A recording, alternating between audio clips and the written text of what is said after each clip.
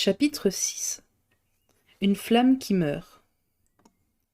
Dans le grand salon de la maison d'Auteuil, Elsa Bergen et Maurice de Thouars, l'air grave, préoccupés, échangeaient quelques vagues propos lorsqu'un valet de chambre annonça « Le baron et la baronne Papillon ». La baronne ne donna pas le temps à Elsa Bergen de s'avancer vers elle. Elle se précipita dans le salon, clamant avec des larmes dans la voix.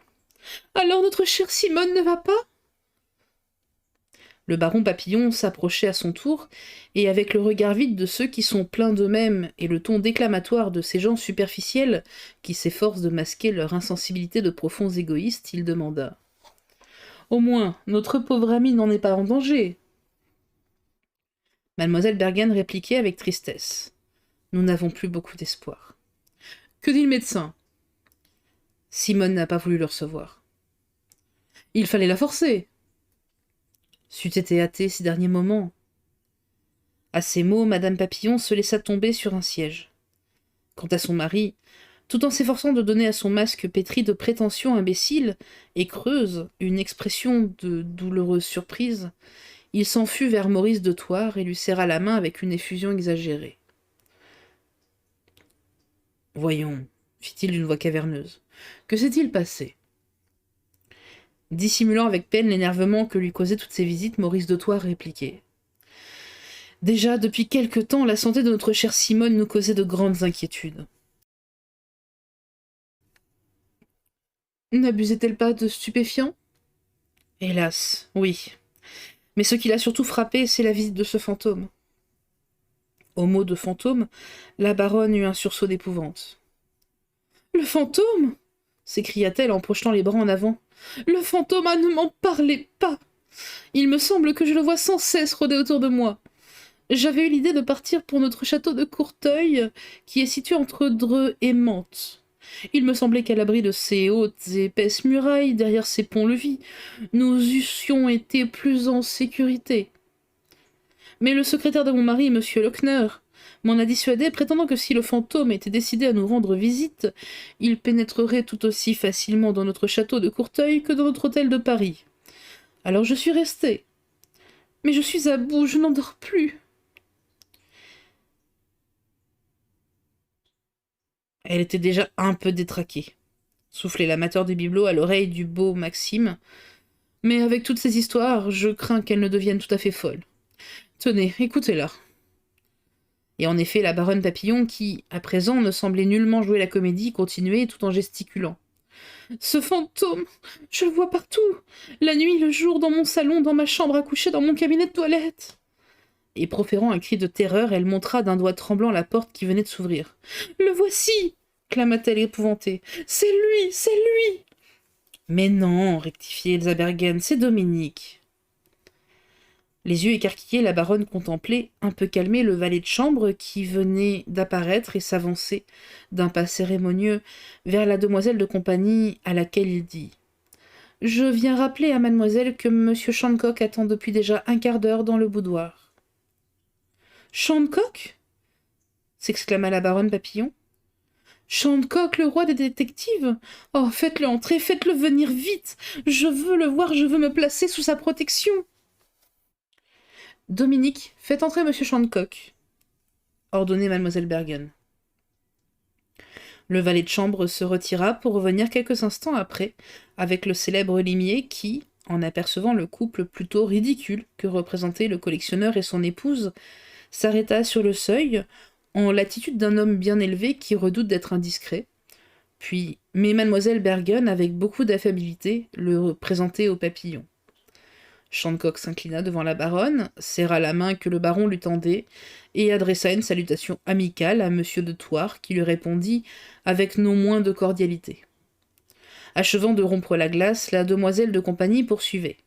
Le baron Papillon, qui est un grand amateur d'antiquités, est aussi le plus fin, le plus averti de tous nos collectionneurs parisiens. Mais madame Papillon ne donna pas à la Scandinave le temps de continuer, et elle s'écria « Monsieur Shancock, vous allez bientôt arrêter le fantôme, n'est-ce pas ?» Shancock répondit en souriant. « Je l'espère, madame. »« Figurez-vous que je ne vis plus. »« Madame, » reprit le limier, « je ne vois pas pourquoi le fantôme s'attaquerait à vous plutôt qu'à une autre. » Nous possédons une telle quantité de belles choses. Évidemment, reconnaissait le détective, c'est fort tentant pour un cambrioleur.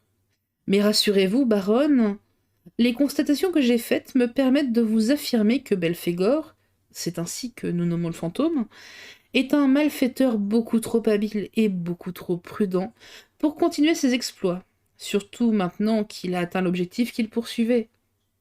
C'est-à-dire le trésor des Valois. Le trésor des Valois s'exclamèrent simultanément Elsa Bergen, Maurice de Thouars et le ménage Papillon. Parfaitement, déclara le policier. Il y avait donc un trésor caché au Louvre interrogeait le baron. Oui, sous la statue de Belphégor. Et le fantôme s'en est emparé. En un tour de main. Quand cela? La nuit dernière. Oh, décidément, s'écriait Madame Papillon, la police est bien mal faite à Paris. On n'avait donc pas établi au Louvre un service de surveillance, observait Maurice de Thouars. Ah si, déclarait Shandcock. L'inspecteur Ménardier se trouvait même dans la salle des dieux barbares avec 2 de ses meilleurs agents. Et ils n'ont pas pu arrêter ce monstre. Cela leur eût été bien difficile. Et pourquoi?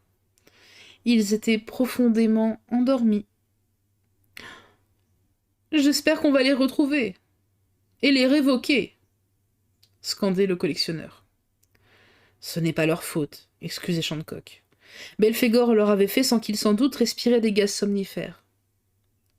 Des gaz somnifères! Des gaz somnifères! Scandait Madame Papillon en levant les bras au ciel.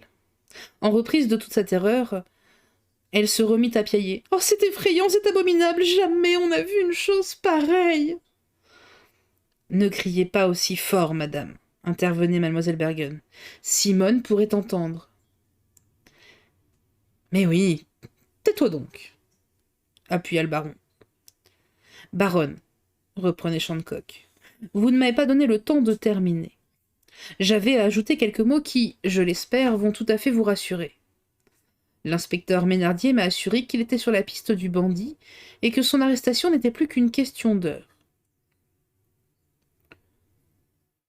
Ah, je respire, fit Madame Papillon. Je crois qu'après toutes ces bonnes paroles, conclut le collectionneur, nous n'avons plus qu'à nous retirer. Oui, c'est cela, partons. C'est cela. Acquiesçait la baronne. Au revoir, mademoiselle Bergen. Et en tête de linotte qu'elle était, Madame Papillon ajouta. Cette pauvre Simone, vous lui direz 1000 choses aimables de notre part. Espérons que ce ne sera rien. Au revoir, monsieur de Thouars. Monsieur Shandcock, tous mes compliments. Et la demi-toquée s'enfuit avec son mari qui, après avoir pris congé de tous, la rejoignait dans l'antichambre, en grommelant des paroles inintelligibles qui n'étaient pas certes des éloges à l'adresse de la compagne de sa vie. Mademoiselle Bergen soupira. De grotesque. Elle surtout est insupportable. Shandcock reprenait. J'ai bien vu qu'elle vous agaçait et j'ai cherché à vous en débarrasser. Vous y avez réussi. Merci, monsieur Shandcock. Vraiment, tous mes meilleurs remerciements. Je me doutais bien, déclarait Maurice de Thouars, que cette histoire de trésor des Valois n'était qu'une fantaisie de votre imagination. Pas du tout, protestait le roi des détectives. Elle est parfaitement authentique. Et l'inspecteur Ménardier vous a affirmé qu'il était sur la piste du coupable ? Il m'a même donné rendez-vous cet après-midi vers 5 heures à la préfecture de police pour me donner son nom. Vous irez ? Interrogeait la demoiselle de compagnie. Certainement. En ce cas, posa monsieur de Thouars, vous renoncez à votre enquête ? Non, puisque je suis ici. J'avoue que je ne comprends pas. C'est pourtant bien simple, mon cher monsieur, reprenait le détective. Ménardier prétend qu'il tient Belphégor, ou tout du moins qu'il va le tenir. Or, je suis convaincu qu'il suit une route différente de la mienne et qu'il est sur le point de commettre une grave erreur. Donc, je continue. Voilà pourquoi, concluait Shandcock, j'aurais voulu demander quelques renseignements à mademoiselle Desroches. Hélas, répliqua la Scandinave, elle ne vous entendrait même pas. Mais je pourrais peut-être vous répondre pour elle. Simone n'a guère de secret pour moi. Puisqu'il en est ainsi, mademoiselle, reprenait le grand limier, je n'hésite pas à vous poser tout de suite une question d'une importance capitale. Les lettres dérobées à mademoiselle Desroches sont-elles de nature à compromettre leur signataire? Mademoiselle Bergane réfléchit un instant, puis elle fit: Soupçonneriez-vous Jacques Bellegarde d'être... D'un geste bref, énergique, Shancock l'arrêta, puis il répliqua sur un ton catégorique: Je n'ai pas de soupçon, je le cherche. Et je cherche.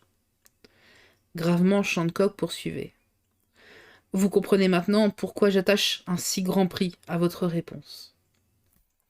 Monsieur Shancock, reprenait la demoiselle de compagnie, je ne voudrais pas un seul instant que vous vous figuriez que je cherche à me venger d'un homme qui a, si cruellement, fait souffrir ma pauvre amie. Je suis en effet très au-dessus d'un pareil sentiment. Silencieux, Maurice de Thouars approuvait de la tête les paroles de la Scandinave qui poursuivait. Mais je dois reconnaître, dans l'intérêt de la vérité, que ces lettres, dont Simone m'en avait fait lire quelques-unes, renferment certains passages qui peuvent être gênants pour celui qui les a écrits. Elle allait continuer, mais Juliette, la femme de chambre, accourait, bouleversée, et clamant d'une voix tremblante: Venez vite, mademoiselle est au plus mal. Elsa Bergen s'élança vers la porte et disparut. Maurice de Thouars se disposait à la suivre, se tournant vers Shancock, qui lui dit: Excusez-nous, monsieur. Le détective, tout en s'inclinant légèrement, répondit: C'est moi, au contraire, qui vous demande pardon. J'ignorais que mademoiselle Desroches fût aussi gravement atteinte. Elle est perdue, murmura monsieur de Thouars. Et il ajouta avec un accent de grande douleur: Ce n'est plus qu'une flamme qui meurt. Et tandis qu'une flamme de colère s'allumait dans ses yeux, il scanda haineusement: Ce Bellegarde est un grand coupable. Et accompagnant Shancock jusque dans le vestibule, où le valet de chambre s'apprêtait à ouvrir la porte, monsieur de Thouars escalada à grandes enjambées les marches de l'escalier qui conduisait au premier étage. Lorsqu'il pénétra dans la chambre de Simone, Elsa Bergen, Juliette et une infirmière s'efforçaient de maintenir dans son lit la malheureuse jeune femme. En proie à un délire effrayant, les yeux révulsés, le visage décomposé, elle s'écriait en agitant les bras: Le fantôme! Je le vois, il est là, il est là! Échappant en un suprême effort à celle qui s'efforçait de la calmer, d'un bond, elle sauta à bas de son lit et courut vers la fenêtre comme si elle voulût se jeter dans le jardin. Mademoiselle Bergen et l'infirmière, qui l'avaient rejointe, la maîtrisèrent assez facilement et la déposèrent sur une chaise longue. Simone, qui, brisée par ce dernier sursaut, ne manifestait plus aucune énergie et demeura prostrée, anéantie, les yeux clos. Maurice de Thouars s'était précipité sur un flacon de sel placé sur la table de nuit et le passait à l'infirmière qui faisait immédiatement respirer le révulsif à Simone. Au bout d'un instant, elle se ranima un peu et murmura d'une voix très faible, mais où subsistait encore l'écho d'un indicible déchirement: Jacques! Jacques! Tout en serrant nerveusement la main d'Elsa Bergen, elle ajouta, haletante, épuisée: Vous lui direz que je lui pardonne. Sa tête retomba en avant, elle venait de perdre connaissance. Ce fut en vain que la demoiselle de compagnie essaya de la ranimer.